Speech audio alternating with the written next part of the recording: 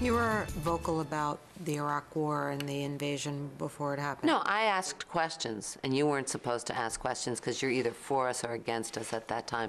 So it turned into a protest anytime you asked a question.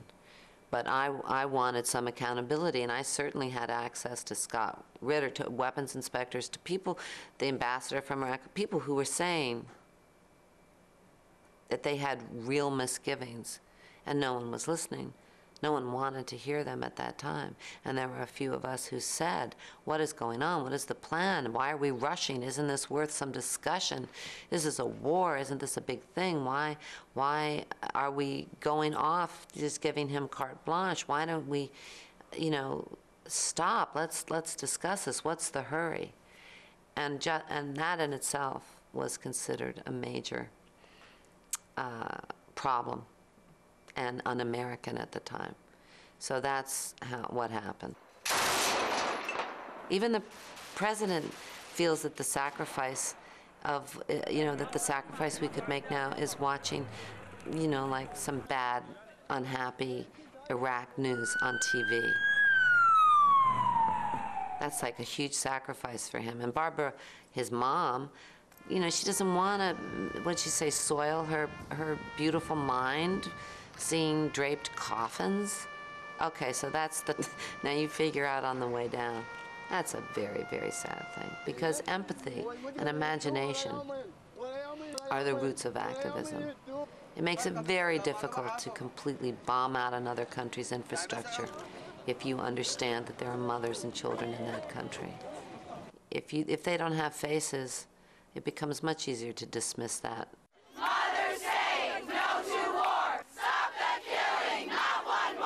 And more than 4 years later, with so much has come out about how we did go to war, what was true, what wasn't true, do you feel vindicated or do you feel sad? I feel heartbroken and furious that so many lives have been lost so carelessly, so cowardly on the part of our representatives.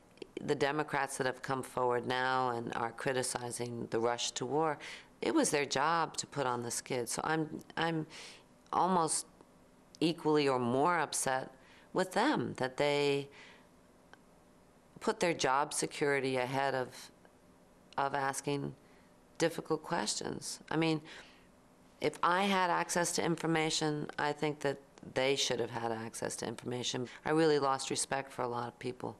You were publicly quoted as saying, I find Hillary Clinton to be a great disappointment. Yes, I certainly do. Yes. Why? Because she's bright, she has the machine behind her, and I was hoping that she wouldn't compromise just like everybody else. I expected her to, I was devastated when she voted against the war, when she took the easy way, and I think she's made the mistake that politicians do, which is to try to please everybody. Does that mean that she's very savvy politically? Maybe. I think I'm ready for someone who's authentic, no matter who the gender, what the gender. I want someone who's authentic, and she gave that away, and that was a disappointment. Do you think anyone's reared their head in this presidential election yet who you would deem as authentic on any side of the aisle? I think there are Republicans who probably out there are authentic, if not don't stand for what I stand for. I think John Edwards has been working with the poor and is really who he says he is. I think Obama is incredibly charismatic, and he's been handling his attacks so far. But I'm waiting for people to come out of the gate and actually say something. I want the veterans of the Iraq War to have somebody who gets them a Bill of Rights. I want somebody who's not just trying to play it safe. It's interesting that these guys that were in power don't find their voices till they're out of office. My fellow Americans. Gore has turned into a really interesting guy, but where was he before? Jimmy Carter's been such a great person since he's been out of office. And I think America is more concerned with finding someone authentic at this point. They've been lied to enough. They've been manipulated enough. Is it true that you received death threats because of some of your opposition to the war? That's true, and there were, you know, these hate jocks who were encouraging people to shut me up. And my sister, one of my sisters in Virginia, her child was in a, at that time was like 7, and the teacher came up and said, "I hope your sister's not planning to come because we won't let her in." Another relative of mine in New Jersey, the teacher didn't realize that he was related to me and spoke about, you know, knocking my teeth out. And I think it was a time when people were really hurt and really frightened. You know, I'm a New Yorker. I live downtown. It was very traumatic to see those buildings come down. In the beginning, New Yorkers first asked questions, wanted to understand it, you know, wanted to know more about these countries that they knew nothing about up until that time. Still around, guys, still around. And then the verdict came down, you're either with us or against us. And then all that went out the window, and it became like some kind of cowboy movie. And so that's when everything changed. And people, you don't want to be separated from the herd. You know, this shunning thing is is scary.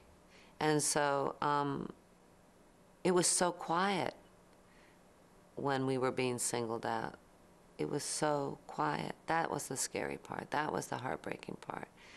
To look around and the people that you normally could count on weren't there. So I don't know if you ever think someone's going to kill you. Or certainly my phone was tapped, so I've had a file for a long time. I'm sure that was reactivated. But it's not that so much. It's really the isolation of it. So where do you get the courage? It's not so much courage. It's just, what are you going to do? You know, how can you live with yourself at the end of the day? I think the things that haunt you are the things that you didn't do, not the things that you did do. I mean, this is America, after all. How could you not be able to ask a question about something as big as going to war? I can't think of a better way to spend my Mother's Day. So who knew that it would end up being such a big deal? You talk about speaking out, and you talk about standing up and being a voice for the voiceless. How do you choose, how do you decide which causes you're going to speak out about? Well, you know, after, I don't know, 35 years of activism, what you realize is that really it's all about cross-pollinating. It's usually, they're all connected. You know, the poverty, racism, I just try to keep it on a human level and try to understand rather than to preach to people. So I tend to gravitate towards events that aren't getting covered, information that's not getting out, that's more difficult. Those places where I feel like I'm needed more, but certainly women and children. As a UN ambassador, you know, you see moms trying to keep their kids healthy and they don't have water. You know, 60% of the population of Tanzania didn't have clean water, so these women are walking hours and, you know, anything you can do that puts a face on an issue so that destabilizing a government actually means something, so that people understand that those are lives. What does that mean, that you're destabilizing a government? You know, it means that the people there are suffering. You know, well, who are those people? Where are those people?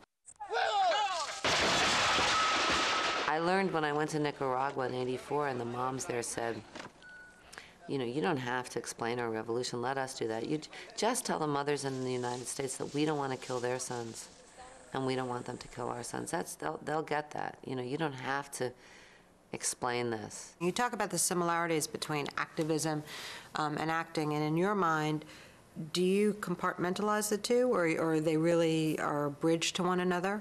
If you have imagination and empathy, which are the tools of actors, that's what you develop your whole life as an actor, is empathy and imagination. How could you not be an activist? Dead man walking. Because once you can imagine what it must be like to be in that situation, then you have empathy, and then what do? Just ignore it? You know, so really being trained as an actor is what opens that door. You know, anybody can act. I was never trained in acting. Acting is really fun. It's given me a great life. Acting has never been an end. I mean, it's a great way to earn a living. The activism is who I've always been and who, you know, well before I was known to be a person. I think it's just part of being a human being. I think it's just your responsibility as a citizen. I think it's just part of my personality. So no, I don't decompartmentalize any of this stuff. I mean, I try to keep my home life private. I don't let people photograph in my home. You know, but I also don't value normalcy.